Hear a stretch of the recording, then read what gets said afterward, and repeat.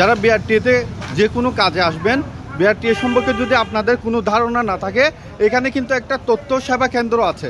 এটা হচ্ছে তথ্য সেবা কেন্দ্র। এখানে একজন দায়িত্বরত লোক সবসময় থাকে। এই যে লেখা আছে অনুসন্ধান তথ্য সেবা কেন্দ্র। এখান থেকে আপনি যে কোনো তথ্য নিয়ে আপনি চাইলে কাজ করতে পারবেন। আপনার যে কোনো পরামর্শের জন্য প্রথমে এখানে আসবেন, এখান থেকে আপনাকে বলে দেবে আপনার কোন কাজে আসছেন, সেই জন্য কোন বিল্ডিংয়ে যাইতে হবে। আমরা আস্তে আস্তে বিআরটির ভিতরের দিকে যাচ্ছি, আপনারা দেখতে থাকুন এবং সঙ্গে থাকুন, ভিডিওটা অবশ্যই শেয়ার করে দিবেন।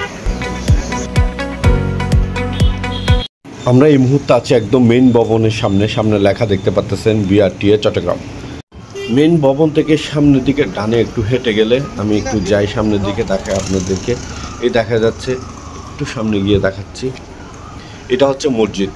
এটা মসজিদ এবং এগুলো হচ্ছে বিভিন্ন কার্যকারী কাউন্টার। এখানে লাইসেন্স প্রদান করা হয়, গাড়ি হজ কপি, রোড পারমিট এগুলো প্রদান করা হয় এই ভবনে।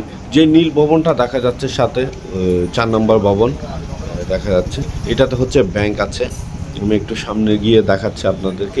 এটা যেখানে মানুষ লাইন ধরে দাঁড়া আছে, এটা হচ্ছে একটা ব্যাংক, এনআরবিসি ব্যাংক। এখানে কিন্তু বিভিন্ন টেস্ট টোকেনের টাকা সহ বিভিন্ন টাকা জমা নেওয়া হয়। এটা হচ্ছে একদম পিছনের সাইড, যেখানে টেস্ট টোকেন দেওয়ার আগে ম্যাজিস্ট্রেট গাড়ির chassis number, engine number check করে ওইটাই এখানে গাড়ি এনে রাখবেন। এখানে ম্যাজিস্ট্রেট আসে সব কিছু চেক করবে। এটা হচ্ছে বিআরটিএ অন্য আরেকটি সাইট। এখানে কোনো কাজে আসলে দেরি হলে এখানে এসে ওয়েট করতে পারবেন। আমি আস্তে আস্তে আবার সামনের দিকে চলে যাচ্ছি। এইটা হচ্ছে মেন সামনের দিকে যাচ্ছি আমি।